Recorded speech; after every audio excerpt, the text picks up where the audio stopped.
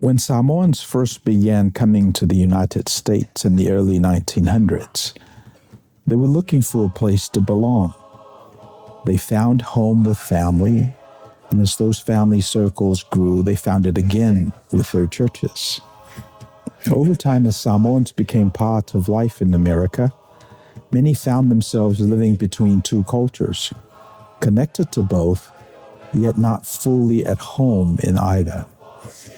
This place, the Outou Manuia, offers a place to land, a place to breathe, and a place to belong.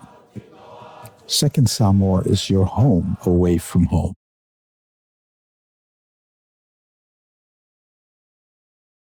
Ia whatalofa atu fo i le pa iman mamalu o tatu tunu umhoi fo ina maua mai le whaopoponga le i Outou Manuia. Ia i le neiva yaso. Olo o mawhatasi ma le sunga ia Pierre Tulifau. O se tasi fo i o tama whanau Samoa olo o ngalue le kalesia o le vaioleola. Ia olo o nofo fo i nei le nei fo i tu o le larolangi i Southern California. I le meolo i le Second Samoan Congregational Church. Talofa Pierre. Yep. Yeah. Tai Manuia, ma lo lava lau sunga na whaiwhea fo mai. Le pa ia le kako a kungu. O te moli atu lea ngang whaftai lau sunga na whawhea ngainga. Ma le pa ia ma mamalu le ka le sia le Second Samoa. Mo le awanoa matungo fia wa maua. Ta te whaasoa matatala noa ai le ngei kulau le aso. Okay. Yeah. When I extended the invitation to you, Pierre, the idea is to populate this space online with new ideas, with the young people. The contribution that you continue to make and will continue to make to our culture and community in the future. So that's the reason why Second Samoan and the leadership here thought we'd engage your group. Tell us, how old are you? I'm 27. Okay. Yeah. Yeah, and I've seen you grow up over the years. And God has been good to you. Amen. So I'm reading your profile here. You're a marketing manager for Invisalign. And then prior to that, you're a graduate from the University of California State University, Northridge. And then you're a youth president or Outou. What's this? So Bulenga por Plestinor Outou Vaioleola. Okay. And you have a BS in marketing with a minor in creative writing from Cal State University, Northridge. So let's talk about that. How did you want to share a few things? Not everybody goes to college, right? And but you made the choice to go. Yeah. Myself and a lot of my siblings, we all went to college. And I think that was the foundation bestowed from our parents. Education was something that was heavily emphasized growing up. So I think by us going to college, it was sort of expected out of us. But yeah, that's really, because when you're 18, you don't really know you don't have the best judgment. Right. But it seemed as if everyone was going to college. That seems to be the thing to do. Now that I'm older, I appreciate it, of course, but I believe it was my family upbringing, the emphasis on education, the importance of that was why I went to college. And then one of the pushbacks from college is that the training that young people get in college don't really map up to jobs that pay well, or at least pay so that they can pay back the loans. So this is the pushback. Has that been true with your case? No, not necessarily. Okay. But I can see how that can happen. It sometimes depends on the degree that you get. if you get a basket weaving degree, there's not a whole lot of yes market applications. And also, it's not just the degree that'll get you in the door. There's still a lot more work. Like you will never stop being a student in life. So the moment you graduate, that opens the door to a whole nother journey. Yeah. So like, I think for those who may be experiencing issues after graduation, there's still a lot more upskilling that can be done. Every individual can always improve themselves in other capacities. I think that's what attracts the eyes of employers. It's not just the degree. So if that's the case, then a lot of the skill sets, this proclivity towards upgrading, probably came from your upbringing. Samoa and all that stuff. Sa'ili malo, those sort of values. Speak about that. The upskilling and...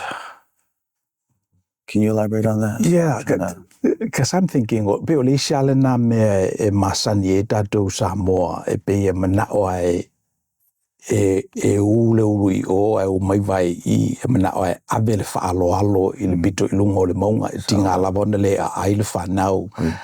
O winga whapena be se I Manuia I le tautua le taulele a Samoa. E ta pena ia mo malai o le tururunga.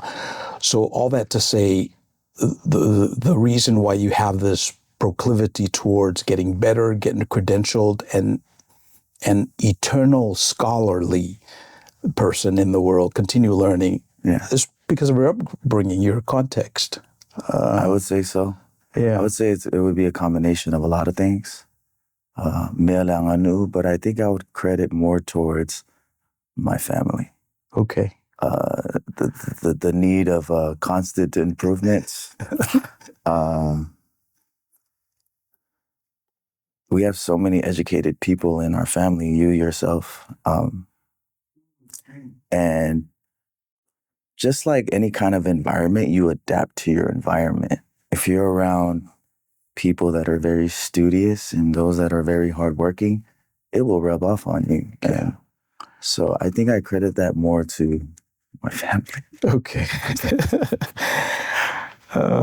Yeah, they're too smart. So your mom is a podiatrist. Yeah. She runs her own business. She's got 2 clinics, 2 locations. And your dad is a veteran, right? And he retired from the post. So his entire work ethic sort of like is rubbing off of you. So I can understand. Now, did that put any undue pressure on you? Probably did. That's what I'm hearing you say. Right? Yes. You had no choice. Had no choice. Okay. But pressure is good. Pressure is good. Yeah. You need pressure. The idle mind is the devil's workshop. You need something that kicks you to improve, and you never want to stay stagnant. Yes. So pressure, yes, but pressure good. Okay, good. Whoever gets to consume our content, I think for those who are struggling or want to aspire to become who you are, a college graduate, they should really embrace pressure. Yeah. They should spend time with their parents, localize it.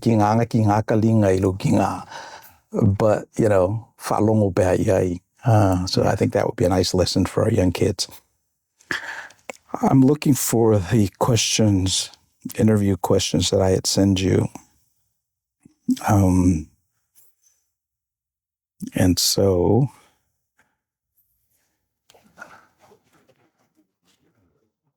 well, they see data point I wanted to lift up onatela e le la e le tunu le malofie.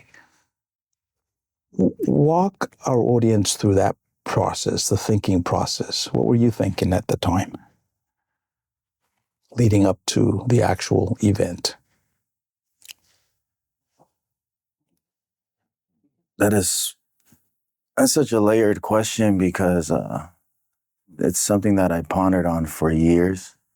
So I don't think we have enough time to talk through all of that. But At its core, it's really the heart of a servant, right? Ole la e ole aku mu'u. It's the mark of the servant, and for me, I just gained like an appreciation and a love for the culture. More recently, I've been surrounded by the culture all my life, but I think the past few years I started to appreciate it more. And the la'e was like a symbol, if mawalunga ila uola kaukua kind of a thing, because o mea sina leo Samoa. Yes. Right? Ava aise kama lai kaalanga pe'a. There's like an expectation that like, okay, ole kama le loa me fight. Right? There's like a responsibility. It's not just a fashion statement per se. You have a responsibility as a Songhai Miki to uphold our Samoan traditions. And I had a lot of those strong feelings, like probably the past few years, and I ultimately got my 4 months ago this year. So it's a long journey, getting to the point to decide. Yeah. I think about it a lot. Yeah. You mentioned tautua. Ole ala I le pule o le tautua. So, I don't know, but some people le tautua ina ia pule. But ea tangata e tautua lava, because in that sense, the idea of pule becomes second nature to their tautua. You remember Tulifau, one year we did a whole exegetical work around that ole ala I le pule le tautua. Yeah. And then one of the insights that we got from Tulifau that year, ole tautua, ole pule lava lea. Because people have always seen tautua as a way to pule. Right. And then we also looked at how some people just get to pule and skip the tautua part, right? But one of the insights that we got from Tulifau, and this is culture informed by theology, is that ole tautua, ole pule lava lea. The whole idea that pule is not a place where you go to after you've tautua'd, but pule is a gift that you receive in the process of tautua'ing.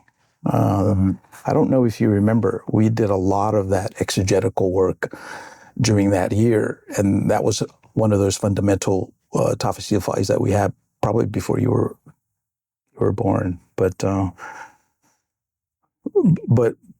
that's where we're at now. Because the conversation has gotten to the point where, the fact that you la'e le tunu, in essence, le pule na, you've climbed to the top of the mountain, etofeo itu, and you just need to know that or na wayegoe. Which begs the existential question, why are you here? Are you for good? Are you for bad? Right? And that really is the ultimate choice. Umalo soifumalo wola mo le lelei po le lelei. So if you defeat ala o elemena, just like if you defeat for yao. And sometimes we kind of assign evil outside of us, and we say, "Oh, kamalala la leang, o welele." If a penale faing ole wing or tangata, but then one of the other pieces that you will come to realize that evil rests within us. When we were talking about your inhibitions for ilimele, that's exactly what you were describing, right? You were describing this wrestling that you're. On the one hand, you want to, the other hand, you want to, and that struggle is in each and all of our hearts. And to the extent that we gravitate towards the Christ event, where Christ had all the power in the world and he was tempted by evil, and instead of succumbing to evil and say, crush my enemies, he said, Outou Manuia. And the rest is history. So I don't know if this makes sense to your generation, Pierre. How is this landing with you? I'm connecting the dots. Okay. Yeah, I'm following you. Yeah. Because o le ala I le pule o le tautua, upu nā tātou tunu. But I think o le tautua lava o le pule lava lea. You just need to figure out what kind of pule you are. Mm-hmm. Good, evil, short term, long term, content or context. Yeah. Right? Puni loa, pol puni matatongo. Vela foa iwa pena oe. And I'm hoping if atufunga ina ia tupulanga talavol tato atunu. And to the extent that we do that well, balance the two differences, the two extremes without loss. I think that's a good enough life. Yeah. Amen. Walava ukala. I invited you here to say a few words to our young people. But I like it. Yeah, let's see, what else? Tell me about your job. I mean, those are some of the real stuff. I mean, we can talk theory all day long, but if you can't put gas in your car, Yeah, well, I got my undergrad degree in marketing, and I minored in creative writing. Okay. So a lot of my job, it is marketing, but it's more so focused on the tech side. So a lot of the advertisements and things that I do, it's all through the tech, right?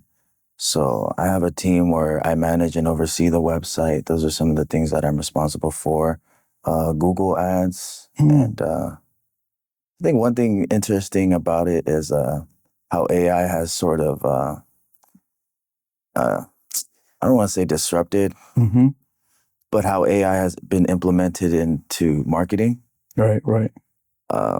Everyone's just using AI right now. I'm always curious about asking people who are in different lines of work, hey, how has AI disrupted your industry? How has AI? So what I've learned is everyone uses AI now, regardless of the line of work. That's actually more recent, because I started working, I would say 2022, and AI was not that prevalent. But it's crazy how fast technology can move. Now it's so prevalent where everyone is using it. So I think that was a recent, just like light bulb moment. Like, wow, technology really moves. When I first started working, no one was AIing anything. Yeah. But maybe just 2 years after, now it's almost taken over the world. It's crazy. That's cool. Yeah. We have a Samoan nalanga upu e sui whainga e tu mau whaavae. Yes. Yeah. So you're describing what sui whainga. Sui whainga. But what is the whaavae of your industry? What is it that you do? What's the service that you provide folk? I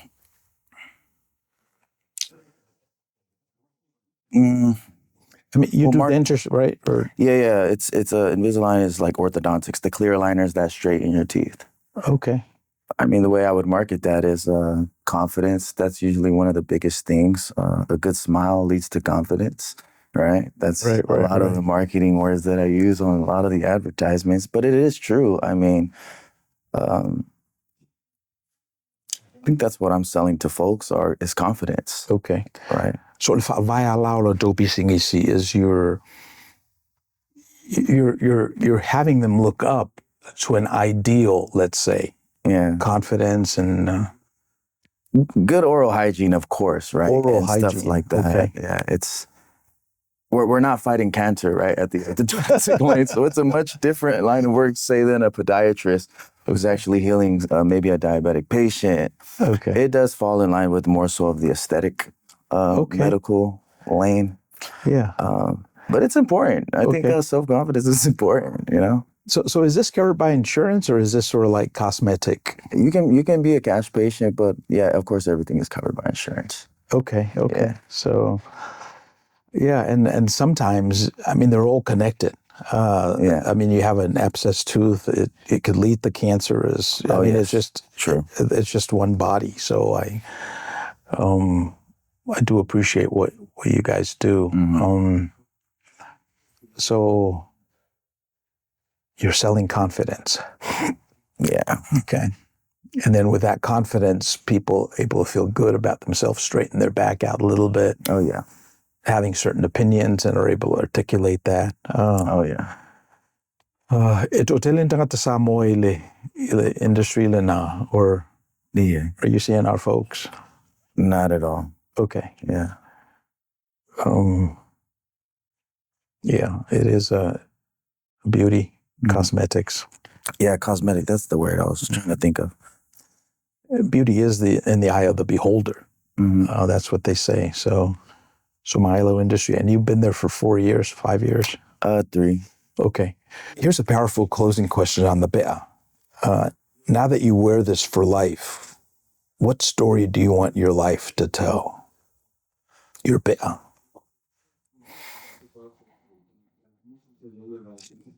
Man.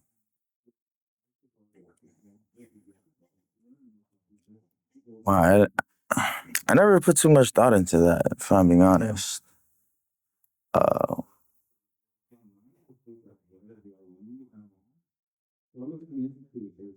think it's an ongoing story that's not even done being told, so I can't really give you a full-on answer to that question. Yeah. I think a response to that is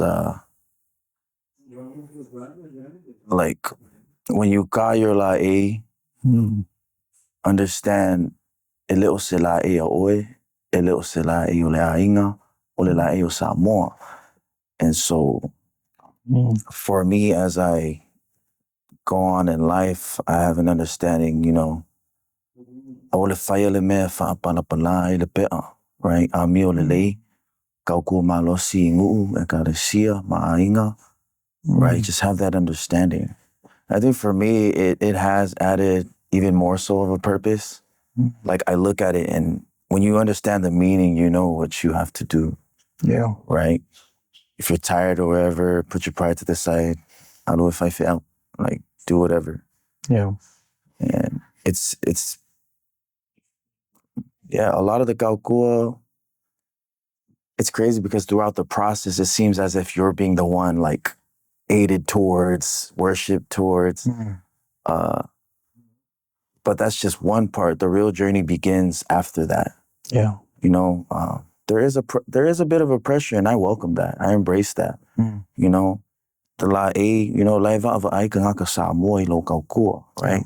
It's a much different. Like they expect you to know this and that, and I embrace that. You know, I love our culture, and I try my best to learn as much anganu'u and stuff like that. Yeah. So if you double click on that term tautua, there's a presentational, immediate manifestation of that.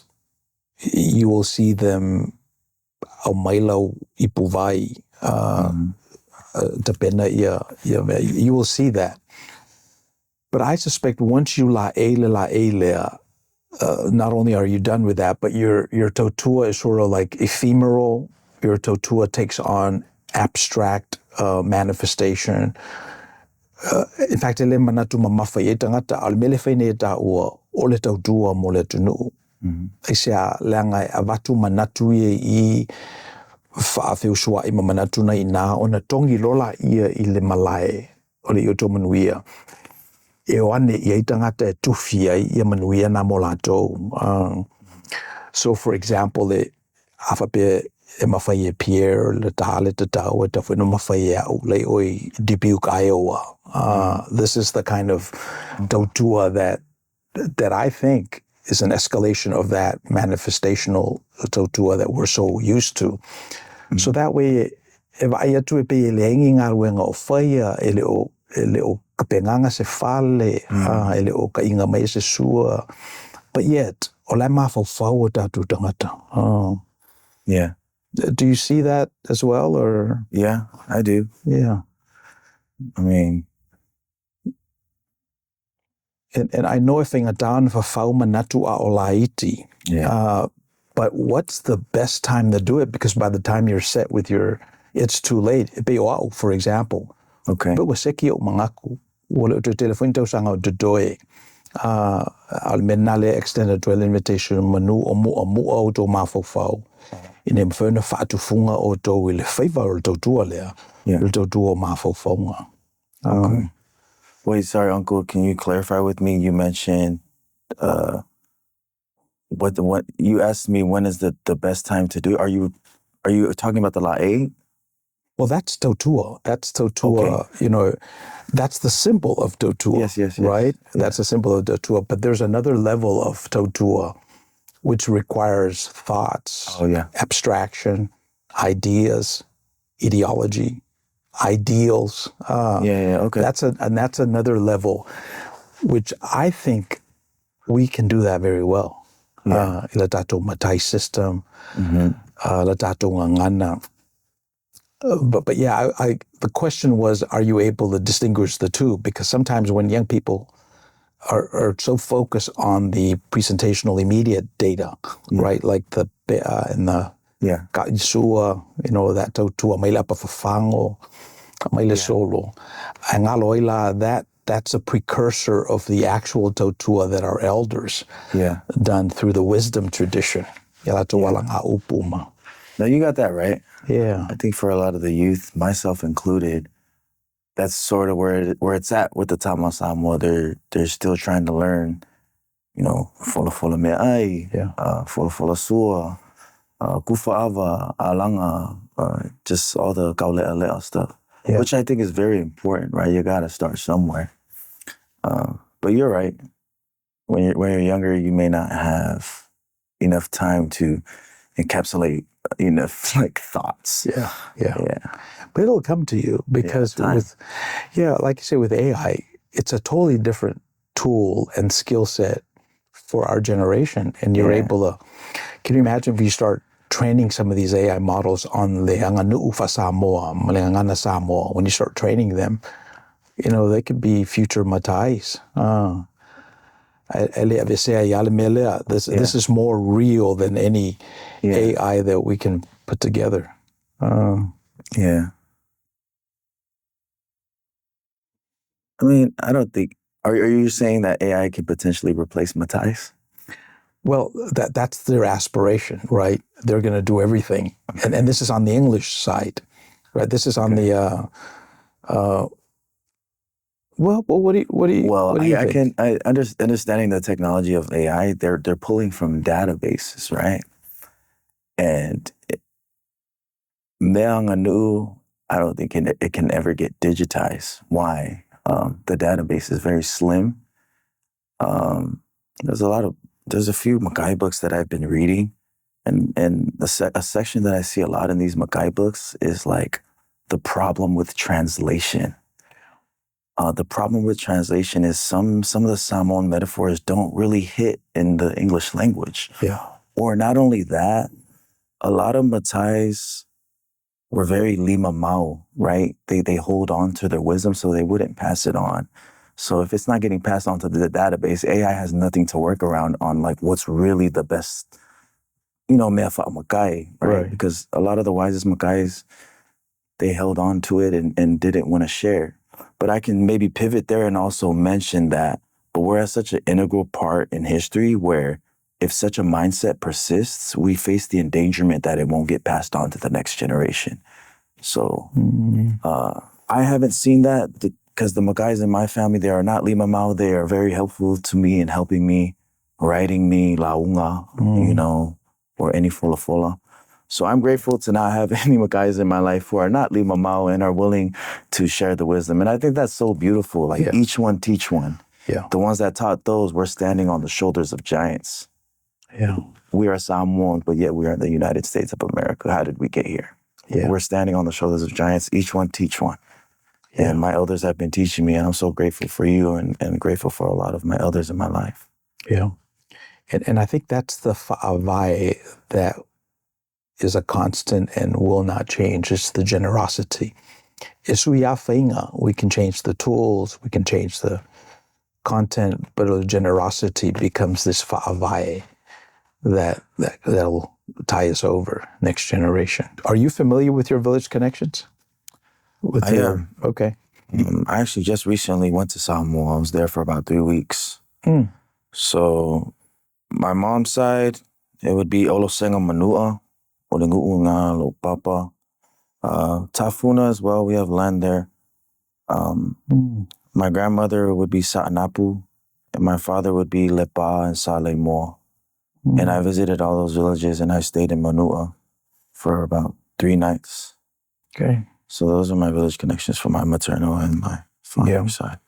And this is one of the things that makes us unique. Well, I wouldn't say unique, but we hold those truths to be self-evident of who we are. And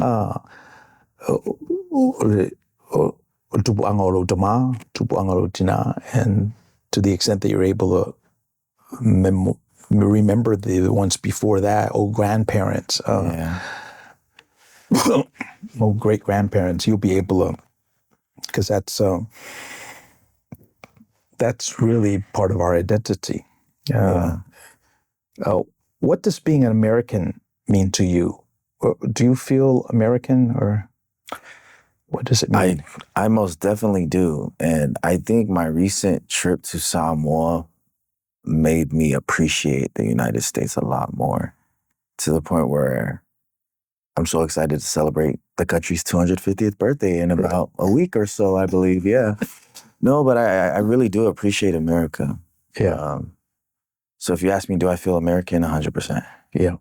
What do you say about these people that say, oh, the guy's not American enough, or like, if you're not Eurocentric, you may not be American enough, right? That's sort of the West versus the East Coast divide. Okay. That nobody talks about, but it's there. Yeah, I never hear that, actually. I never hear someone scrutinize someone saying that they're not American enough. I've never heard that, actually. Okay. No, I haven't. So I can't really speak on that. And maybe we should continue to keep that as part of your you're Gen what, Z? I believe I'm Gen Z. Okay. Let's just continue to keep it a Gen Z thing, and let's not be bothered by the past, let's say, because I think that's where that's coming from. The past? Okay. Well, I mean, I'm considered the part of the past, part of your past. So if it hits my dashboard and I'm able to share it with you in a public forum, then it's got to be from the past, and it doesn't land to you as something real, then it's a great thing, because maybe you're not tarnished by the discrimination that some of our African American brothers and sisters had to encounter over the years, right? I mean, we just celebrated Juneteenth, right? And it wasn't a thing until not too long ago. You're right. Yeah. So we're still making progress towards that more perfect union, and as an American, you're part of that trajectory. Yeah. And I'm so happy to hear you affirming your dichotomy. You are not just Samoan, but you're American as well. And we need to keep that going. For sure. Anyway, so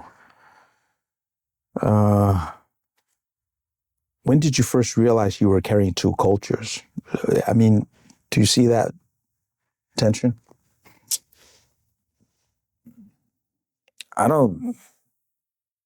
don't think it's a tension at all. I think it's a beautiful synchronization of two things. Because I feel so proud to be American, but I also am so proud to be Samoan. So I think it's a beautiful synchronization of two cultures. Yeah. I don't feel there's any kind of tension. It's very doable. It's doable. To be both. Okay. And then some of us who've lived here in America for a while, when we go back home, it's a long while for me to say, Kamaia mai fafo. Kamale mai off island. Kamaia off island.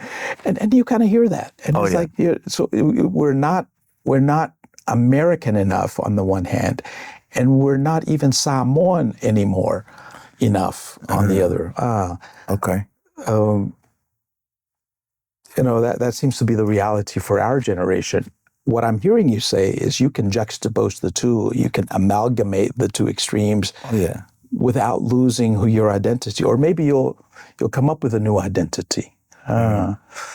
Because o le mafuanga lava na e ale na tau sisi pea ia mātou ia mātutua i le ngangana. I say, wapi o le tatou private chat room le nai kakifia marololo ia i kakowolo ia. I say, wai le mwhaila le e aionga Yeah.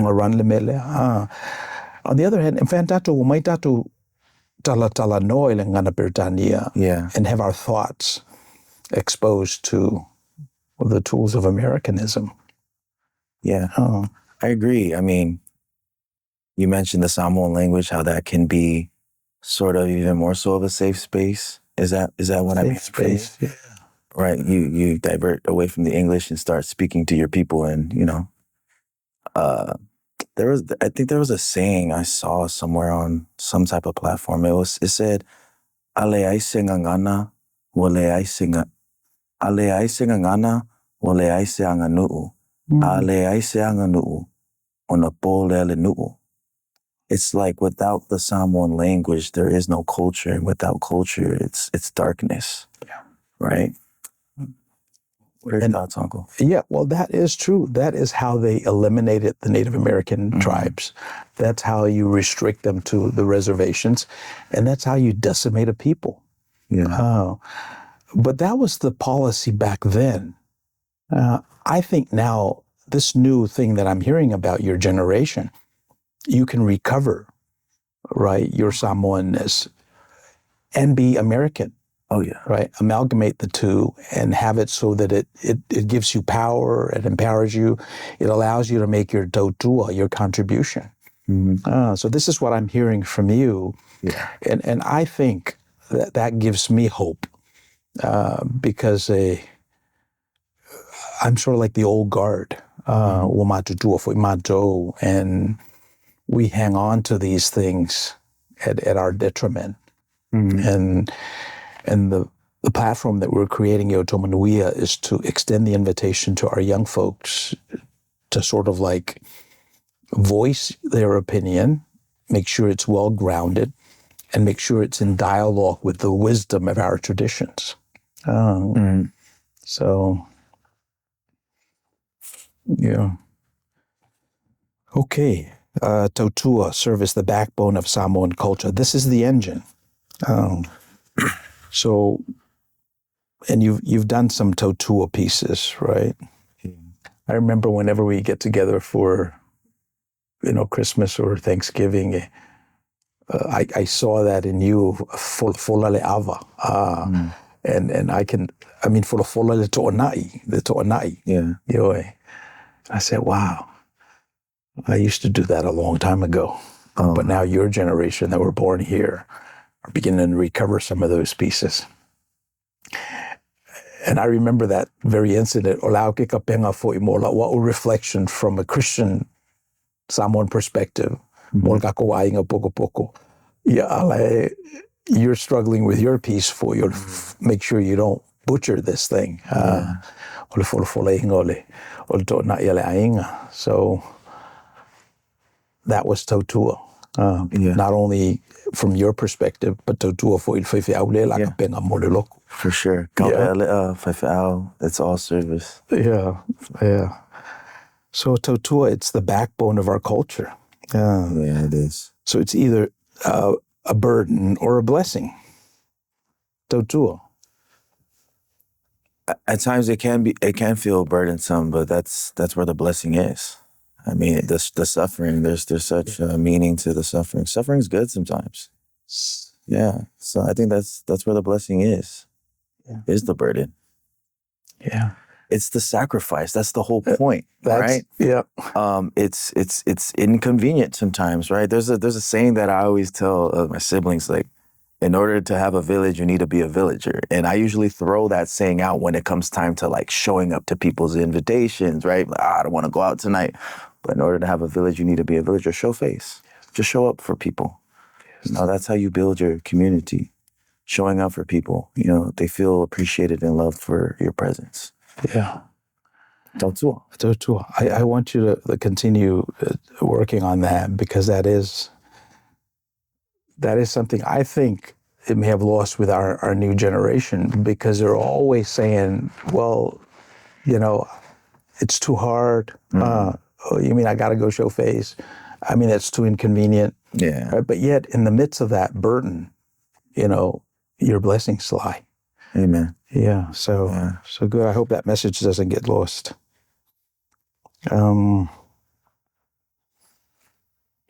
How does serving family prepare you for serving God?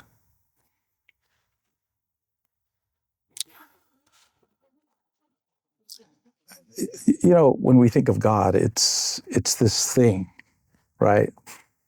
It's the air that we breathe. It's this force that we don't understand. Yeah. With Christians, we have sort of like an insight because there is a person that we can identify with, someone who lived the life that we lived. You know, Jesus. Yeah, Jesus. So as Christians, we have an easy track. We have a template. But some of the other faiths, like the Muslims and, you know, some of our other people in the world, they may not have access to that. Yeah. And Jesus had this idea of a family. It's not necessarily the blood. We start with the blood relations, but then he escalated it and upgraded it to the point where whoever does the will of God, whoever respond to what God is doing in the world, I think those are your brothers and sisters and your family. Right. And that's why, you know, I stake my life on the church now. It's just something, it's part of our family tradition. My parents were pastors, and that's an upgrade of our family. And it's not just a Samoan.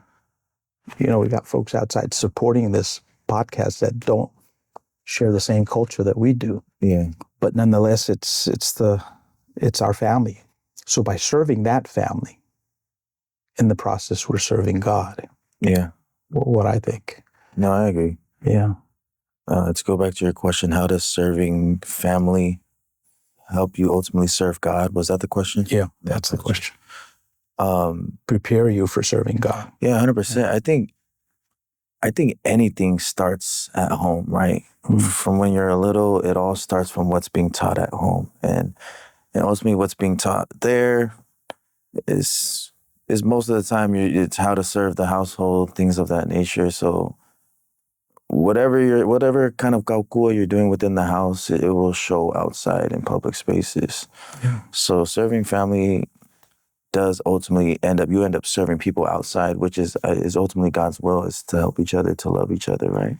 Yeah. So it does start within the household, start within the family, but you then get taught to then teach other people outside. Yeah. Yeah. It equips you with a certain skill set, because family, you got to put up with people, right? Different emotions, different personalities. The drama in the household, the ups and downs. It prepares you. I'm just like an unqualified therapist around you. You know what I'm saying? Yeah, no. Got all the experience level.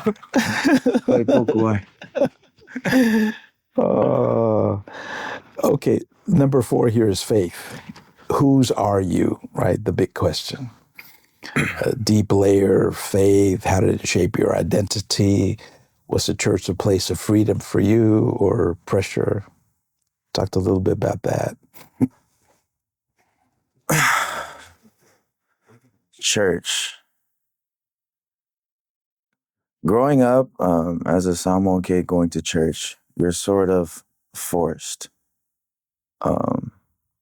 You go to Sunday school, you know, koanga I mea le Polynesian, right? Go to church. And you're kind of just doing it because your parents are telling you to. You kind of have no option. You have to obey your parents, right? But now that I'm older, I had this sense of great appreciation for my parents. It was my freshman year of college. I was sitting in my dorm room. I believe everyone left for spring break, so it was just me. So I kind of was alone in my thoughts for a second. And I was reading my Bible, and I thought to myself, I never really read my Bible when I was home, like in high school, middle school, or whatever.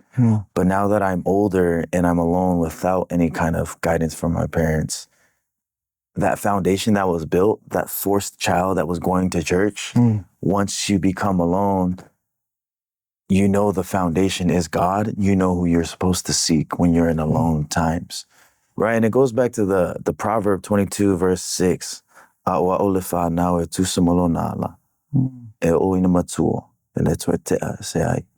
So I may have been forced as a kid, but when you get older, that force, it's so embedded in you that your foundation is Christ, so that when you're away from your family, you know who you're supposed to go to if you're feeling any kind of anxiety or whatever you're feeling. So church was so important, and I identify myself as a believer. And Jesus Christ is my Lord and Savior. And your absence from the family sort of like solidified that. Yeah. It made it a real thing for you. For sure. Yeah. Made me appreciate the church a lot more. Yeah. You don't appreciate when you're a little kid. That's right. Like, oh my God, we're still here, you know? But it's good. Kids don't know any better. Just take them to church. They'll find out eventually. Yeah. Time. Yeah, absolutely. Because God is everywhere, right? They'll eventually have to answer the God question. Right. Yeah. So good. Where have you struggled the most with God, and how do you know when God is calling you?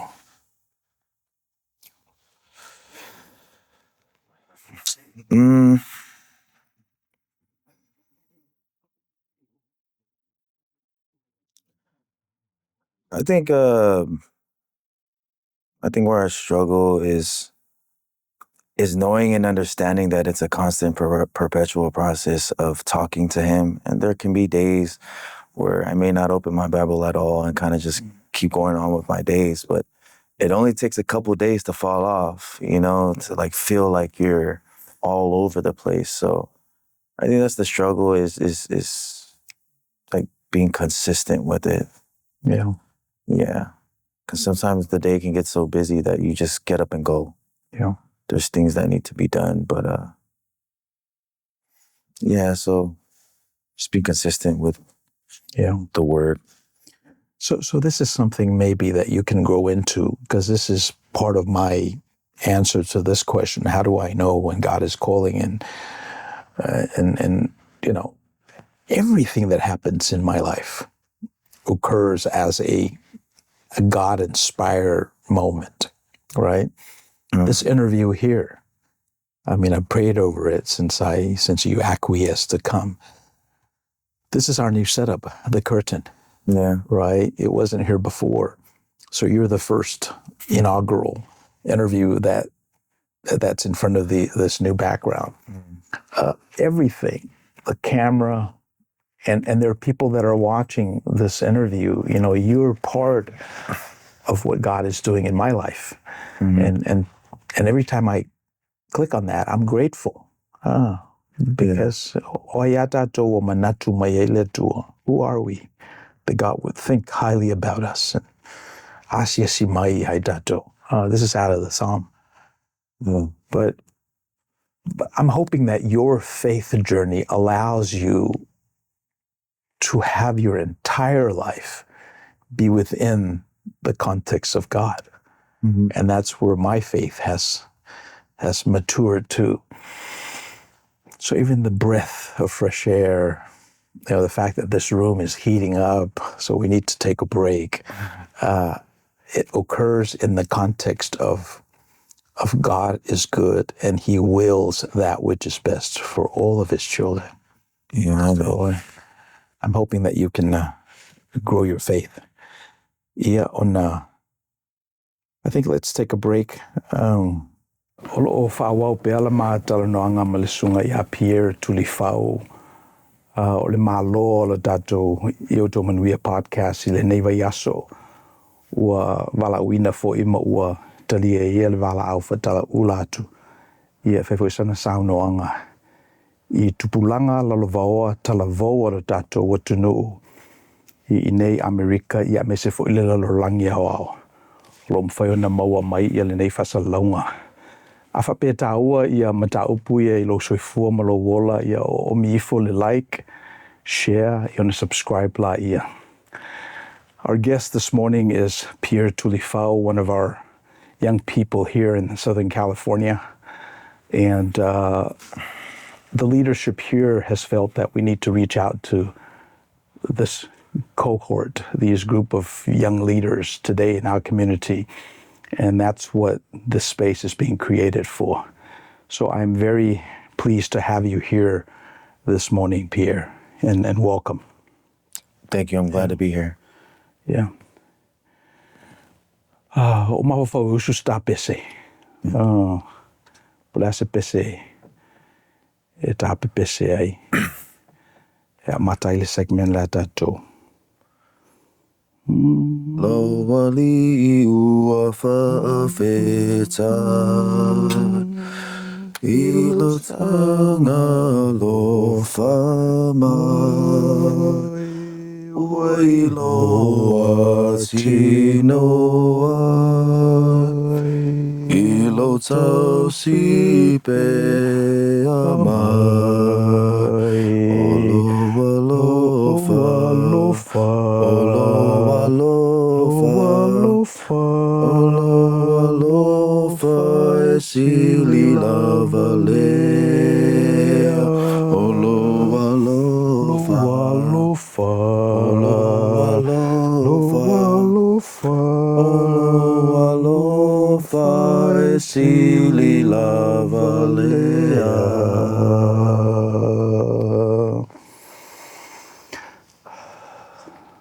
Nice. Yeah. Whewhen me nga taile ta no before the break. I talked about the importance of church Yeah. and how that foundation as a child, once I got older, I realized the importance of it. Yeah. And the church is really a scaffolding. O se whata manu whaelele e whau e tatou whale o le tunuu. Yeah. You remember the story I always tell about le whata manu. Okay. So that's what churches are. They're not perfect. Fata o manu. Can you Whata manu. elaborate on that? What does that mean? Right. Ole. Well, ole tala, it's a story of the brothers, Fata and Manu.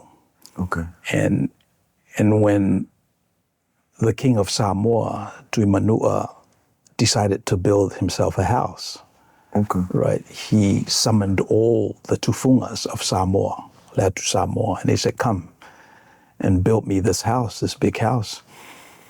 And a lot of them came, and a lot of them lost their life in the process because they weren't able to finish the Tawalunga. Yeah. And then, and these projects are life and death projects. When you're building something for the king, you have to, be all in.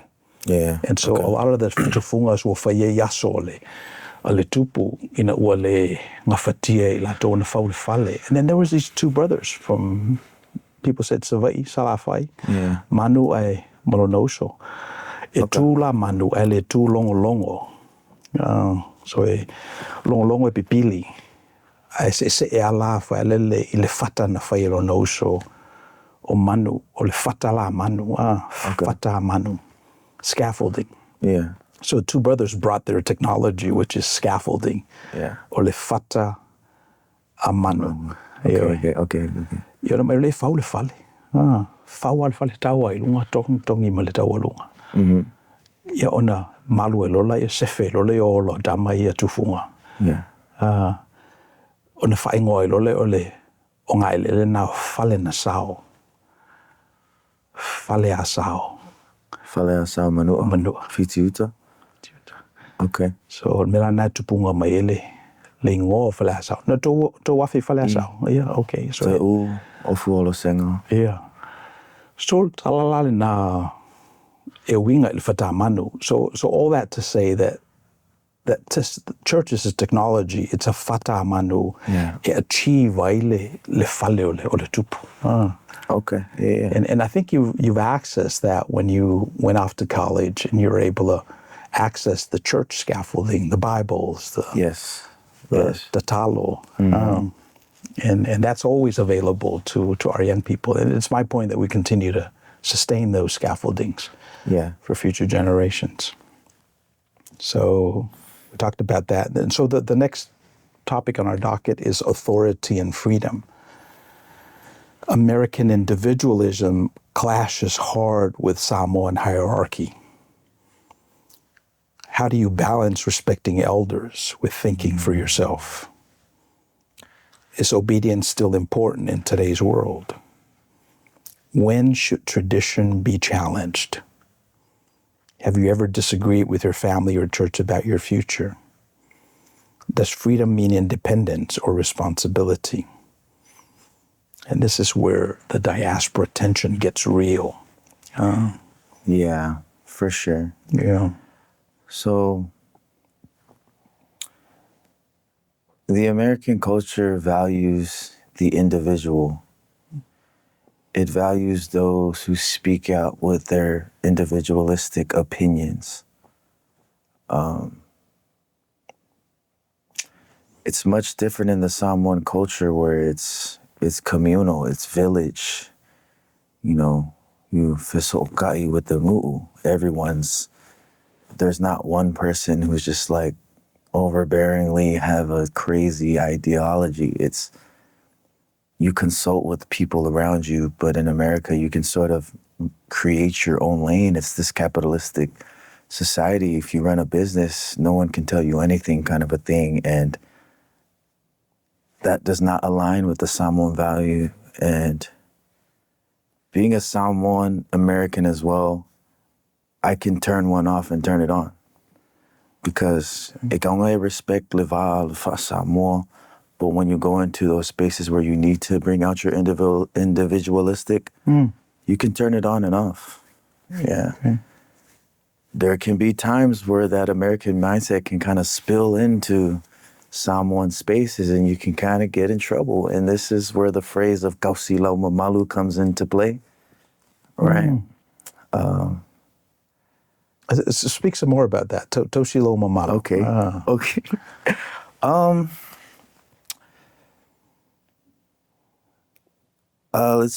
Wow. Yeah, well, just carrying yourself well. Kausila mamalu is something. So in an American space, you can be free. You can speak your mind, right? That's kind of the agenda that's being pushed, is to be yourself, right? Be confident in yourself. In a Samoan space, it's more mamalu traditional. You kind of have to dim your light just a tad bit. So that, I guess that's what kausi mamalu is. You can't be as super gung-ho as you can be in a different space. So just being respectful, follow. I see. You okay. get what I mean? Like, okay. Don't if things don't go your way, it is what it is sometimes. Follow, you know. Okay. So when you exegete the words, so there's mamalu. Mamalu has some sort of like a paia component to it. In other words, if a vai ese, set aside. So of all the Samoans in the world, was set aside o ilo malo fie. Not a whole lot. I don't have one, but you have one. So in that sense, mamalu, you've set aside paia oe. So, and then the other word, the expression toshi, which is like, it's an ongoing, caring, maintenance type of word. So toshi laulo mamalu. Yeah. It's continually and constantly maintaining that separate asideness, that set apartness of who you are with your malofie, right? Does that talk to? No, yeah, 100%. It's like a constant ongoing tausi. You're constantly nurturing it because it can easily spill over. Okay. Especially in the context of Samoan spaces where you're dealing with a lot of people, right? You're getting the opinions of a lot of, it can get maybe emotional sometimes. Things may not go the way you want it to go, but you have to consult the hierarchy. In the context of a nekalesia, ele pule au. Yeah. Wa ule kai lau kulavo. So ole fai sanga kala. Ole kala nga. Okay. So, and I respect that. Yeah. And I like that idea of turning it on and turning it off. Oh, yeah. It's code switching. It's like Samoa, Tania, and you've got to be able to have the wisdom to be able to turn it on and turn it off. It's a skill. It's code switching. It's even not even just Samoan people, our black brothers and sisters, our Mexicans, they have this code switch thing, right? in a workspace, they're probably not talking how they are talking at the quinceañeras and the carne asadas, It's different. You can code switch. It's doable. Okay. So us in the diaspora, we just have to learn to code switch. Yeah. So you're saying that the Samoan person moving forward has to be equipped with this skill set. Yeah. Taushile mamalu, code switch. You got to maintain it constantly. You got to use wisdom. That's where that wisdom tradition comes from. In order for you to negotiate these spaces of authority and freedom, these hierarchy and individualism between the elders and you, the young person, you've got to be able to go back and forth, switch it on, off. Yeah. And then the thing that we're limited by is our mortality. We're confined by time and space, right? And there's just a limited number of resources that we have access to. And akele fo'ile individualism at the expense of the village, then, something's got to give. Okay, the next one, family and community. The Samoan superpower, our families, our communities, our ainga potopoto. And what role has the family played in your success?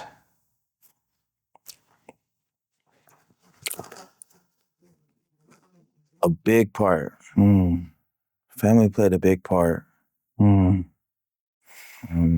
mentioned earlier how education was emphasized, but not even just education, right? The character, the integrity, the morals and ethics and values that were instilled in me that are done outside of the classroom.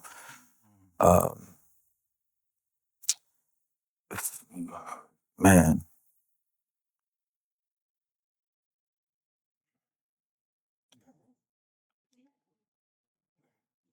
Yeah, I think God and I thank my family, but I thank God for the family that I was blessed with. Because a lot of 27 years old, I've had my fair share of trials and tribulations, but it's those foundational principles that was instilled in me from my family that always kept me going back to the right path, right? You can interpret that in so many different ways, but I think for that Samoan proverb, there's a lot of times I lelid oi solo fe Pierre. I'm aulava ilevai.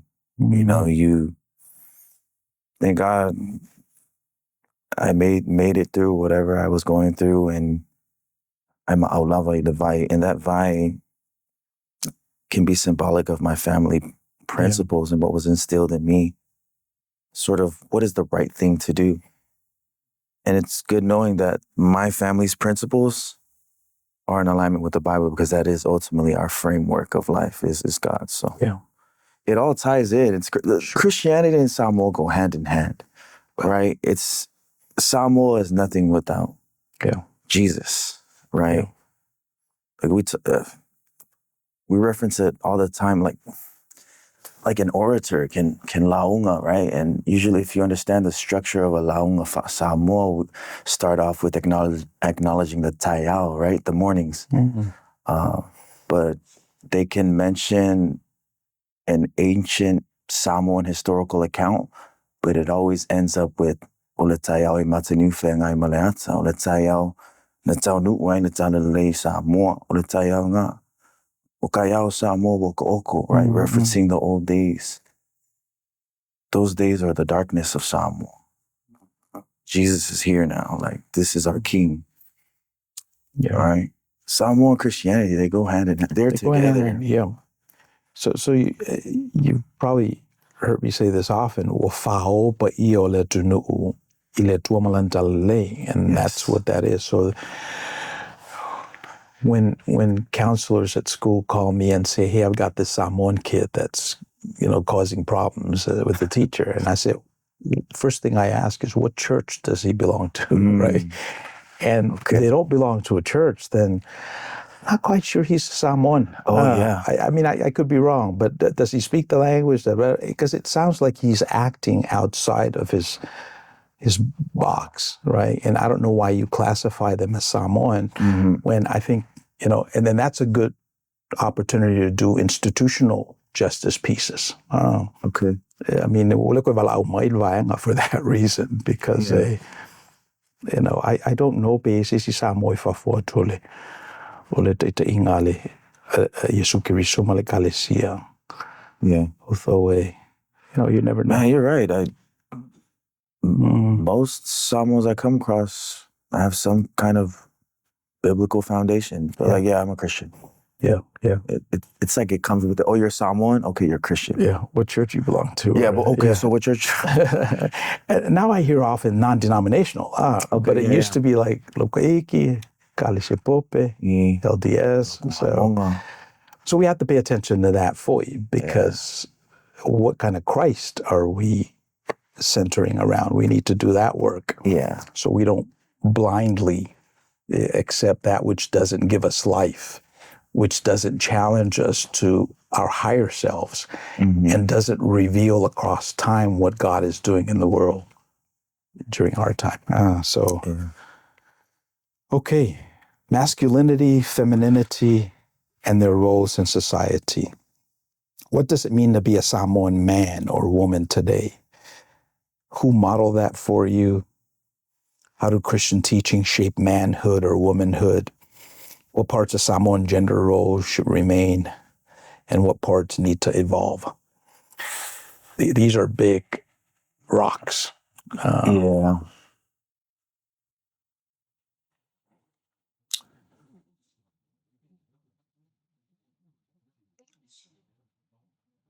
To be a Samoan man,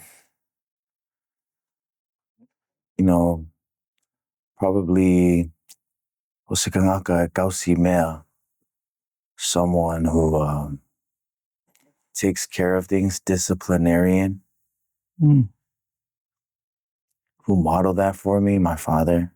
He was a hardworking man. He did a lot of stuff for us growing up as kids. He seemed to be the one who cooks the food for mom. So he's very generous. He'll give you the shirt off his back. I hear that saying so much, but he literally does it. He sometimes takes the shirt of his kid's back. Like, I will let uncle, so my dad is so generous. He's always giving people things, and I think that's his love language is giving. And I think that probably passed down to a lot of us, because we do like helping people and giving stuff away. Yeah, I went to Samoa. I came back with nothing. My cousin, I always said, okay. So my dad, it's hardworking. Army sergeant, seeing him kausingu'u. Yes. So I seen a lot of growth in my father and my mother. I seen a lot of growth in their marriage. In the timing, gamaliwa ismatutoi ina ya Andy. I kuulingaluwenga ya umatua. And that gave me a different perspective in it. I sort of became a PK for a year, and I felt, man, it made me realize, I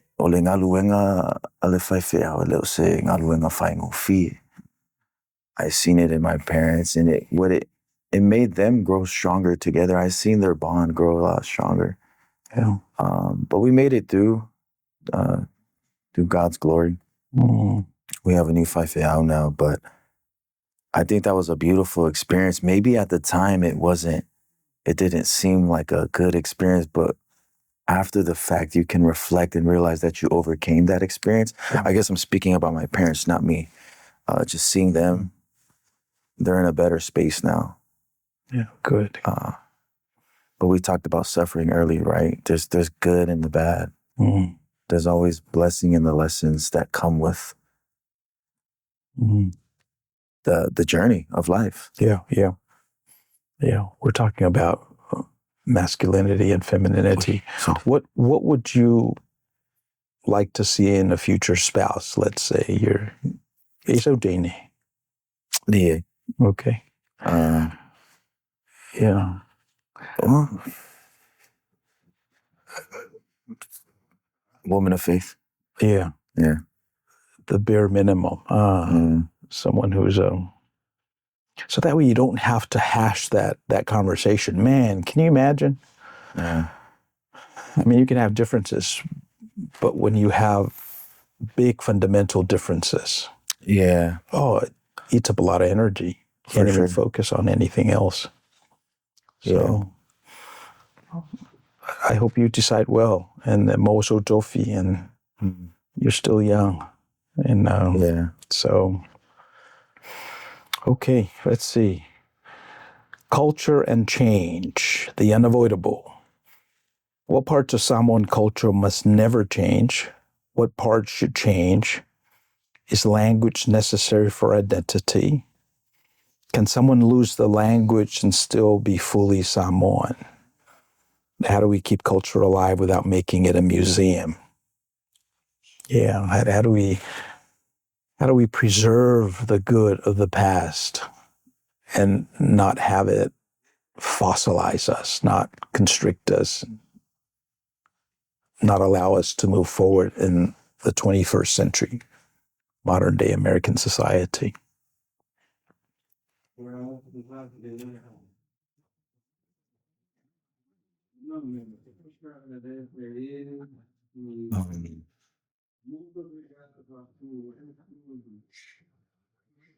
I think the youth needs to learn the Samoa. I think learning begins with just immersing yourself in environments that Samoa is taking place. Okay.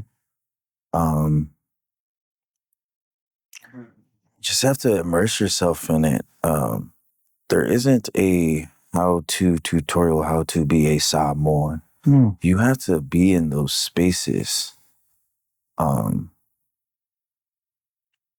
think for me, being in the diaspora, being in America, it seems as if the Ekalesia has taken the place of the Nu'u. Where in America, the only place, like the closest resemblance of a village would be the Ekalesia Samoa, specifically, right? Or local Samoa. And I think once you are just surrounded by it, you hear the elders speaking, you kind of just observe. I think that's where I started. Just by being around it, eventually your brain would click and you'll start appreciating it more, and then you'll start connecting the dots. Yeah. But I think it's just the youth needs to come around and give the Samoa a chance. We're all learning. I'm still learning a lot. Yeah. I was born and raised here, and it can be hard to learn Mealeanga Nu'u because my first language is English. But I think for me, just being surrounded by it, it puts you in that frame of mind, and eventually it'll click. So for me now, I'm now listening to Kia Kongos when they do the Fa'afikai, and I'm just trying to connect the dots, seeing what's happening right now, right? I try to practice my Fa Samoa by speaking to the elders. Yeah. I try to speak Samoan to my parents as much as I can. Trying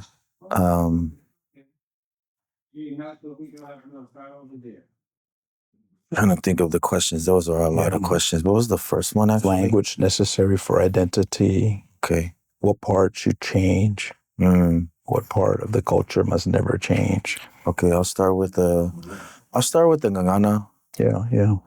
Goes back to that phrase that I said earlier. Ale aise ngangana, ole aise anga nu'u. Ale aise anga nu'u, ona po le nu'u. Yeah. I think you can be, you are Samoan. If you're Samoan by blood, you are Samoan, even if you don't know how to speak the language. Now, I think it comes at a cost once you don't know the language, because it limits your depth, right? You don't have access to certain rooms, right? The elders, if you don't understand the ngangana, you won't be able to appreciate what they're saying. You wouldn't be able to understand what's going on. you might just see your uncle with the ko'o talking with the ulafala, but you wouldn't understand if you don't know the ngangana. Yeah. So I think I really encourage our young ones. The best way to learn is to fail and make mistakes. Like don't be shy to try and speak. Speak to your grandparents, speak to the elders in your family. That's the way to learn, is by making mistakes. If you say it and you feel like you didn't say it correctly, your elder will correct you, and it's okay. Yeah. I think that's what a lot of the youth struggle with in trying to learn the Fa Samoa. They don't feel adequate enough, and they feel like, oh, I don't need it anyway either. We live in America. Yeah. You mentioned the term immersion. Immersion. You got to immerse yourself. Oh, okay. Yeah. And put yourself in these ecosystems where everything is Samoan, your outfit, your language, the radio station that you listen to, the music. Mm-hmm. So I remember trying to go to Mexico and learn the language, Spanish, because that was my language for my dissertation. Okay. And it is very difficult. Here I am, 40-year-old guy trying to learn a new language. It's very difficult. So I think ole si me tauna whai ole amaka mai ole kiki. Amata ya o ngā amata e o ngā ole ngā ngana. Va'alua Ingilisi, Samoa. So tumantua ina ngā luenga na whai alo tama il whanau a peni. Il whai o lato wa Samoa. So ngā kauwhiololo mei e hata vita. And I think Jonathan may still have some of the vestiges of the Samoan language, but I think on men now we need to immerse them real early on. And if absent that, then appreciate the gist of the Samoan language, fa'aloalo. Okay, you're right. That's how I was brought up. That's how I was brought up. Okay. I was being taught Samoan in Sunday school. I was bilingual. Yeah. A lot of the Bible stories were in Samoan. So we need to start pouring resources into those scaffoldings, those fatamanu. Manayale mena fai inusila latoa o ngā amata, which is now funded by the government to some extent, and it's located within the churches, which is a very natural place to locate some of these assets. And to the extent that we're able to do that here in America, which is such a much bigger country than New Zealand. Oh, yeah. Then I think we will be able to sustain those pieces with the resources and the access to money that we have here. We just need to find new leaders that understand this and are willing to push the envelope. Mm-hmm. So good. Success. America says one thing, Samoa says another. Sorry, can we go back? It was the culture. Is there anything that you wanted to change? I kind of want to dive into that. Yeah. Tell us about that. What parts should change? The Fa Samoa is beautiful as it is. Right? For what it is, I don't think anything should be changed. Are there some things that can be altered? Probably. Like, what are some of the common things that a lot of our young people that may not agree with or align with?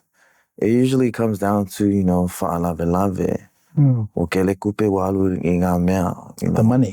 Ki ngā inga le a inga right? Because it can get really expensive for these cultural practices. Yeah. I think for what it is, it's beautiful, right? You're giving back. Let's say someone has a funeral. All the families, ainga poto are coming together to help out the family that's in mourning. That in itself, that as a practice is beautiful, right? Yeah. I think where it can get bad is like, ole mere ole song fight, right? Strong fight abuse. Fight, yeah. Give what you can. Nobody, like it's okay. It doesn't have to be this grand amount of a lump sum. Just give what you can. Or like even in a different context, ole mele ava ai se ka ngaka wo maulunga langa lofa whawhea leo koe whaasili langa lofa. Ole ami ole lai whia sili le se ka ngaka. it's that behavior where things can get really out of hand, ole songafai. But the practices themselves are very beautiful. I also wanted to talk about another topic that seems to be controversial that I see on the internet. Ole meleo ole fa'alaua lofa iluma le ekalesia, right? The public announcing of anything money within the Samoan church. You think that's shaming? No, I think we need to reframe our mindset on that. It's not shaming. So at its foundational principles, it's a Samoa practice. What's going on? The Keokupe is up there explaining what's going on with the money and stuff like that. How much has this person given? How much has that person has given? It's mea nganu, right? A saule kaule alea le la fola fola. E fola fola mea uma Samoa sua kalisua. Linga luolo leo, you know? Kaukalai le keo whaakupu ma le keo whaakamali, but it's poured into the church. So at its foundation, it's just it's our cultural practice why the kupe is allowing the kupe. Everything fa'ailoa, ilengu'u. So that at the foundation, it's a good thing, I think. If transparency, I think. I think that's where it's lost. A lot of the young ones don't even know where it comes from. I think they need to be known, where does that even come from? The intent is good. But it can go into the olemele o songafai.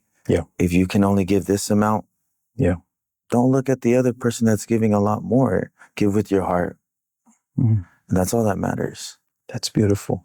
Olemele o songafai can make someone else feel less shameful, but we should just reframe the mindset. Don't look at other people, you know. I see. Just give what you can give with your heart. So that's one of the things that you'd like to change, is to, if we don't change the attitude to tangata, reduce the songafai, then we need to change the vehicle, how we, if we can't change the internals, then change how it's the scaffolding. I can see that being something that can be removed within the Samoan church, and the church can still be okay. Like, that's one of those things like, okay, we don't have to allow it. And I think the church will be fine. Right? Because I think that's one of those things where it won't be detrimental to leanganu. It's okay, we can put it in the back. That's one of those things we can change. So let's change that moving forward with as an individual. As an individual, you can change your little community. It's a conversation. That's just beautiful. Okay. And if you're echoing some of those sentiments, and you're looking out in the world of the internet and you see that manifest itself out, I'm sure our young people are asking the same question. I see it all the time. I see all the controversial conversations that are going on. And it's, man, I just wish some of them understood, because they're very educational on the Samoa that's learned in the historical textbooks, but you can't learn Samoa unless you're in those spaces, really.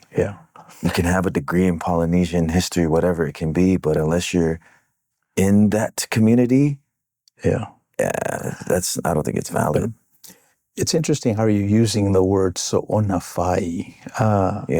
And I picked it up in the English language as abuse. Right, abuse. Because abuse is a little bit more invasive, let's say, in the English language, versus so'onafai, or nafai or so'onafai. It's sort of like a fa'aloalo, no pu fa'aloalo. Arula oilengana Britannia mawale abuse. To translate the abuse back into the Samoan language. I mean, it's like, and this is where that code switching comes in very handy, because you're able to go back and forth, go back. There's a reiterative built-in process with our young people And that can be done using AI rather quickly. You don't have to wait 2 or 3, 4 generations before you change something. Yeah. Because you're looking out in the world and it needs to change and you need to change it live. Mm-hmm. So that is good. But peone whai mai e sui whainga atu maupere whaavae. And I think o le whaavae lea o le taulanga e ave i le atua dawala atu i whawhenga inga ma dawala atu i ngā luenga ekalesia. O le mena tauna whaihel tangata. That is something that's built into our humanity. We need to whai kaulanga. Yeah. We're going to whai kaulanga anyway because that's part of our identity. You just need to pick and choose the kaulanga e aloi oe, right? And I think o le whaavaele nā o le whai taulanga, kusalape le laua, kusape sui whainga, ia oane I ngalo, whaisau taulanga I le tua. Oh, yeah. You're going to give your life to something anyway. Yeah. Why not hear it? Vaileola or Second Samoan or the multiple churches. Or they're non-denominational. I see a lot of our young people gravitate towards loku palangi. Mato le tue lo Samoa, lo mato I Calvary Chapel. But if you really double click on those lives, it's quite a cost for them because of lusi le ngana, lusi agency, lusi le ownership, because nganga show up alai, they take their instructions and receive the gospel, but they don't get to participate in moving the furniture. This is where the work is done. This is where the sausage is made. Right. And unless you're here, I don't think you can comment authentically about what's happening in our community. I agree. Yeah. I think a lot of the youths understand that as well. As far as in the American context, it seems as if Ekalesia Samoas is where you really learn the Fa Samoa. I've heard it from a few youth. I only come to this church because this is where I learn how to speak Samoan and things, because they have an appreciation for it. Because outside of the context of an Ekalesia, there's not a lot of resources out here. Yeah. So I know some youth who just come for the culture. Okay. And that opens the door to their relationship with Christ as well. But I really do encourage those who want to strengthen their knowledge of our mea nganu'u is find your local church. I mean, find your local Samoan church and just come around. The house of God is open to everyone. It just so happens that you get the blessing of learning the Samoa at the same time. Yeah. Yeah. Yeah. E matai le matou kalesia, and I always defer to them or whakalongo fo I ala tau saunoanga ma saafi whinga fo e tu sama le tatou culture, and I juxtapose Christianity with culture. Mm-hmm. Yeah, okay. The tension right there, we just talked about culture and change. Preservation without fossilization. Preserve the culture without fossilizing. Okay. Right? Keep the culture alive without making it a museum. I hear you. I So, like this. Yeah. So, fossilization, that would be like you go to a museum and you see an ancient figure and there's a description on it, what it is we're looking at, right? That would be, how do we avoid that in Fa Samoa? Yeah. It's discords like this. It's the constant conversation about our culture, because the context is continuously changing. Technology is always moving. Yeah. But if we're constantly talking and maybe there's some changes that need to be made, it's stuff like this. It's teaching the next generation. Okay. I'm your nephew, uncle, and there's a lot of stuff that you teach me. So you're doing your part as far as that, keeping the anganu'u alive. Even me being young, I've started writing fulasangas and kufa'avas for the younger youth boys. So that's sort of my duty as a youth kai is that, to keep our culture alive. Yeah. Each one teach one. That's how it's always been, from the elders, from my grandfather, my grandmother, and it was passed down to you, Mafkanga, and Benny. It's passed down to Suesi, Pierre, Penelope, Lomata. Each one teach one. So your generation has done a lot of teaching to us. Now we're starting to come of age where we need to start teaching the young ones too. Yeah. Yeah. And that's really how it is. You just got to teach the next generation. I mean, what really prompted me to want to ngalue more for the Ekalesia is because of my love for the Anganu'u. And I came to a realization that they go hand in hand. And so, now, mako ako lovogo maupopo, a lot of the kids have come back. I've tapped into the modern times. So they're very big on social media. So we have a big social platform. We've connected with a lot of Aukalovos in New Zealand, Australia. So that seems to be something that brought a lot of the kids back. Good. I'm looking forward to having you, roll out your leadership and see our community thrive here in the United States. But it's the hard conversations. Yeah. That's what keeps the culture going. When you say hard, are you talking about real or are you talking about the controversial stuff? The controversials, okay. Like, you see it all the time. I mean, we can go different directions with the Anganu. There's always controversial debates on who should get the be'a or not, right? That's another one. But just seeing the community so alive in the comments, whether it's bad or good, it's good that they're talking about it, right? That's what keeps the culture alive, is the community all pitching in their opinion and stuff like that. That means we are alive. We're not fossils. We're not fossils. So like if we were fossilized, it'll be, wow, the Samoans of the past, right? It's all good.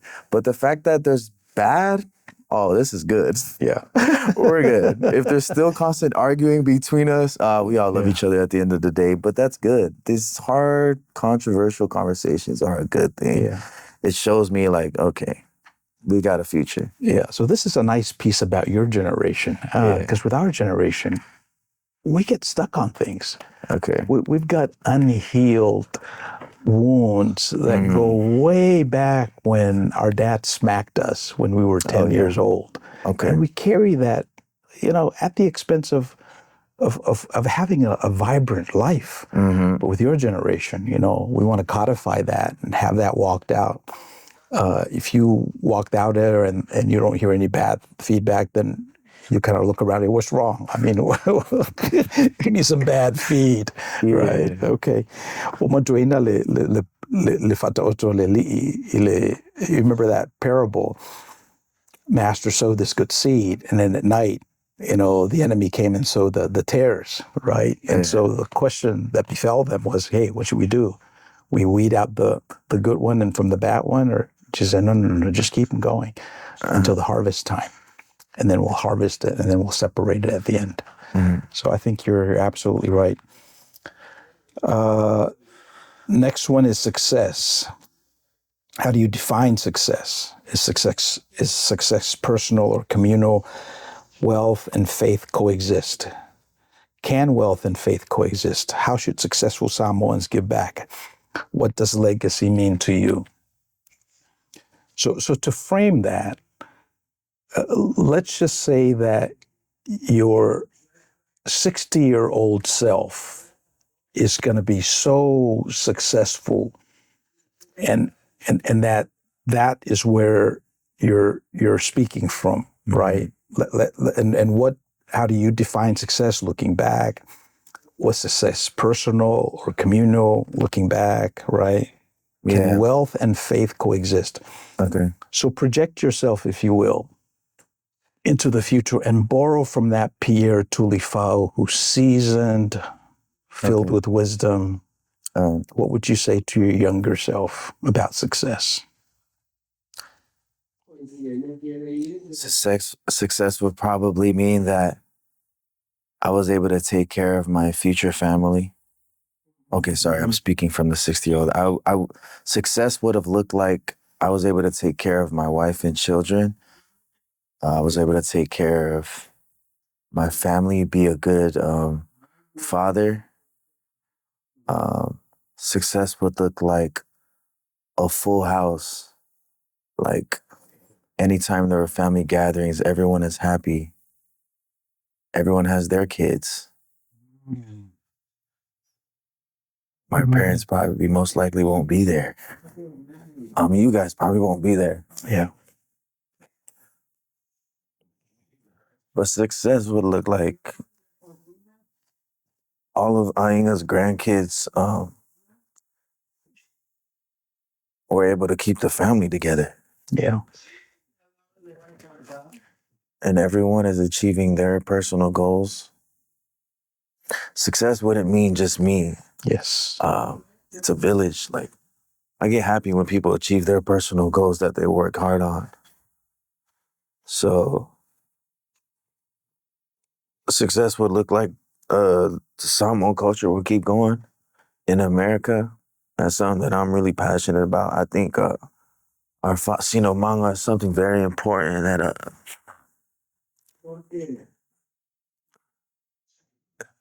man, success is like not just me, but it's the people around me that I would say my life was successful because I feel I would have played a role in that next person's life too. Yeah. Because we all help each other. So man, success wouldn't be just Pierre Tulifau's story. It's my ainga. Yeah. What have I done? I probably am a Makai at that point. Yes. Right. So is our family intact? Are we all still talking? Are we all still getting along? Right? Like, you think about all these things and it's just like, Yeah. you know, it's the whole circle. Success is not Pierre Tulifau's story. It's like, how's my family doing? Yeah. And sorry, Uncle, to keep going, I had this conversation with one of my cousins. It's like, once the old lady passed, it kind of crystallized like, wow, we are mortal. Eventually, our parents are going to be gone. Who's gonna, oh man, it's us. We got to step it up. So we're starting to take it more serious. Like, our parents are getting older. My dad's getting older. You are. Yeah. So we all need to step up and just become better people. Yeah. Take care of our families, take care of our little ones. So that's what success looks like. It's my family's success. Yeah. Yeah. And that's beautiful. We wrestle with the same things for growing up. And at least I have found the church to be like the extended family. Yeah. And to the extent I'm able to move that dial, including this platform, then I think I'm successful. Yeah. So, okay, I like that. It's not personal. You see, we see all these people idolizing Elon Musk. He just took his company public last week, right? And I've got all these people chiming in. Oh, that should not be a natural thing because we're all family and all that stuff. And that, but like you said, Toshima Malu, you got to balance that individualism versus the American family. Yeah. And I think God is doing some things around there. I don't know what, but we've got to be able to code switch. We got to be able to hold the two extremes in balance without loss, right? Once we villainize someone like Elon for the success that he's had, then we ourselves are demonized in the process. So, but I like success as a communal thing, in addition to being a personal thing. Yeah. Because you got to pull your own little red wagon. You can't expect your mom to pull it for you, right? Yeah, 100%. So, no, yeah, I definitely have personal goals. Okay. This next topic here is the future, the prophetic vision. What will sustain Samoans in the diaspora? Will faith still be central? What worries you about the next generation? What gives you hope? And if you can give one message to young Samoans, what would it be? The future. Yeah. I'm sorry, can you repeat that again? Yeah, so this talks about a vision, right? I jumped the gun and sort of like brought success to the future, but But the question is, some of the questions include, what will sustain Samoans in the diaspora? Will faith still be central? What worries you most about the next generation? What gives you hope? And if you could give one message to young Samoans, what would it be? Okay. What will sustain Samoans in the diaspora?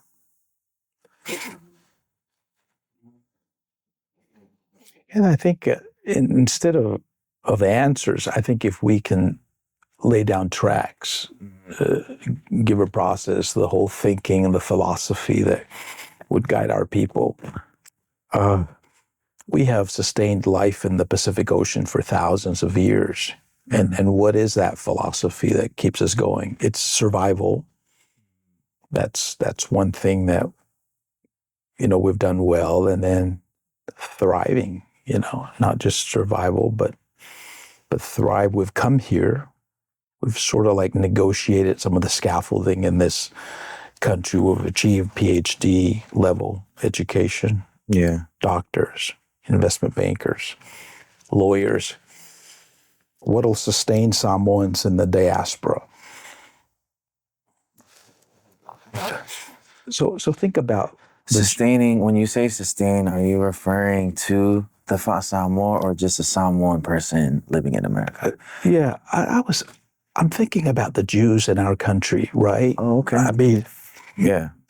What has sustained those people in the diaspora? I mean, so they went through World War II. Yes. Now they're right in the midst of the kerfuffle that's going on in the Middle East.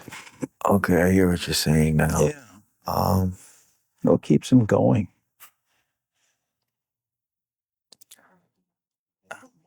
Man, if we're gonna go that route, so for those who don't know, Jews, there's sort of a stereotype around Jews that they're good with their finances, right?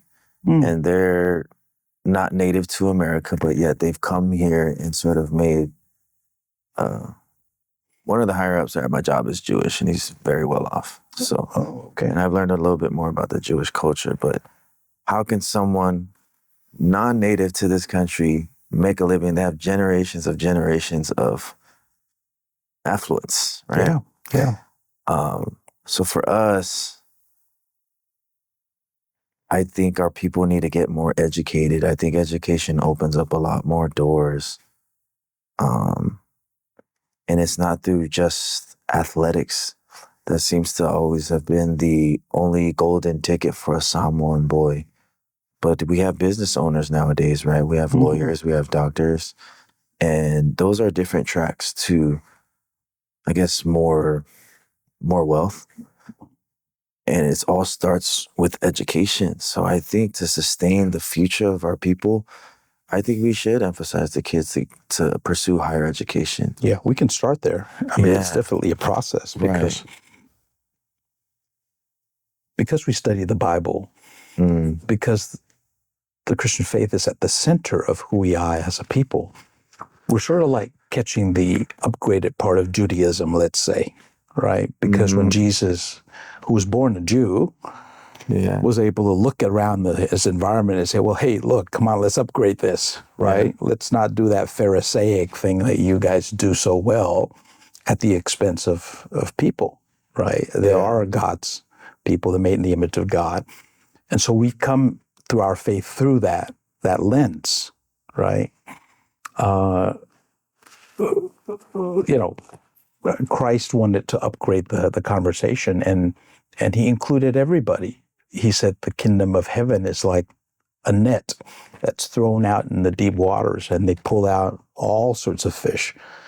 So the kingdom of God is inclusive of everybody, all the different fish, and not just a particular fish, right?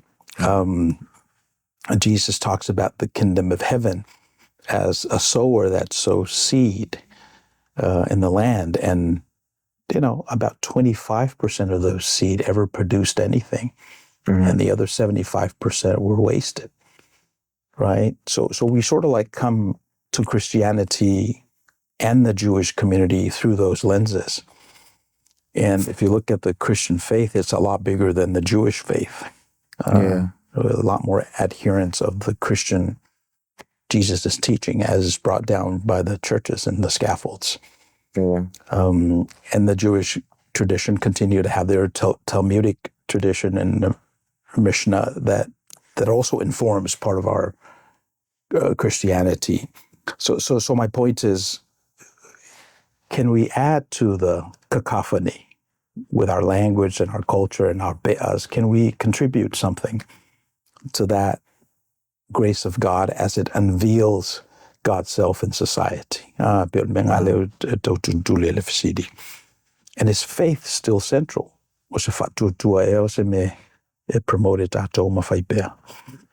Will faith still be central? Yeah. I think so. Yeah. No, it will. That's the only language that we can access God with. I have no fear that God will always remain in our Samoan people. Yeah. I think education is good, but once you are educated, then what? Yeah, so. For sure, 100%. Yeah. I was emphasizing, it opens doors. That's not the end all be all. Yeah. But it opens doors, and it's up to that individual to then do something with it. Yeah. So what gives me hope is when I see folks like you out in the world, and I'm like, oh my gosh, Samoans will continue because of the people who have this proclivity towards maintaining our culture, learning as much as they can about our wisdom tradition, and actually engaging in real dialogue, not some theoretical fossilization museum like part of our culture. This is actually real, and that's what gives me hope. And it's my prayer that as this broadcast goes out into the ether, that we'll pick up some more hopeful people. Okay. Closing questions. If your ancestors were sitting here listening to this conversation, what would you want them to know about the life you are living? Just maybe talk about, here's something that hit my dashboard not too long ago. Our generation is actually borrowing from your generation, right? And that is in addition to what I've heard all the time, is that we are standing on the shoulders of previous generations. The work that we do is a buildup from the work that our parents did before. But in addition to that, there's this piece that we are actually borrowing your future, right? We are actually borrowing your success, and we dare not squander it. We need to preserve it and pass it on to those folks that we're borrowing from. Okay. It's an interesting code switch piece where you take what you've learned already and then you take it to the next level, and the process of iteration, I think, is important, not just for our generation but for yours as well, as you take your positions. So if your ancestors were sitting here listening to this conversation, what would you want them to know and appreciate about what we're doing today?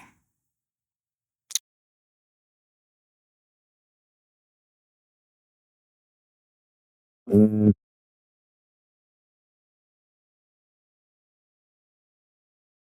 don't know if I have an answer to that one, but I do have an appreciation for my ancestors. Yeah. I'm so appreciative of my ancestors.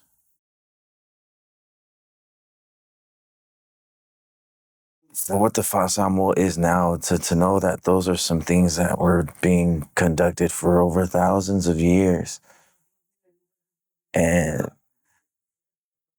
I'm just so appreciative for them. I mean, this la'e that's on my body right now, if you know the history when the Christian missionaries began evangelizing the Pacific, the artwork of tattooing was something that was banned all across the Pacific. Yet our Samoan ancestors kept the Ngaluenga going, even in secret, subject to fines from the church. They still kept doing it. It must have been so important to them. And then time has passed when Samoa became independent, and now this lae remains. And it was our Samoan people today that was able to teach the rest of the islands how to do the traditional le'au, le'sau.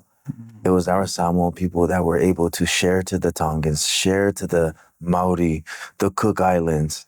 It was our Samoan people today, Aisea, our ancestors. They kept the Ngaluenga going. Standing on the shoulders of giants, right? We were able to teach the rest of the Pacific how to do it. Yeah. I don't know what I'm grateful for them. Yeah. I'm still a young guy, still moving in life. Yeah. Just learning. Trying my best. Yeah. You're doing well, Pierre. Yeah. You're doing well.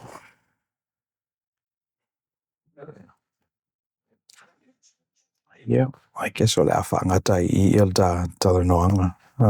Also bang na way si me te talano I am so thrilled and privileged and happy, Pierre, to have you here. And on behalf of our leadership and our staff here at the studio, I want to thank you for accepting the invitation. And it's my prayer that God continues to minister through our community, through this platform, either now or in the future. Ia ole matalanoanga na ole taulele ia Pierre Tulifau. O talo ia vele mai natio datu tunu le nei vaitau. Ia datu wanga ia tupe le lumanai. Ole tu mo tato. Ia Manuia lava faso songa datu tunu le nei taiao. Ole to ono mispo wena tangaloa. Mai Outou Manuia. Thank you for spending time with us. If you found this content helpful, please like the video, share it with others, and subscribe to the channel so we can continue bringing these insights directly to you. Outou Manuia.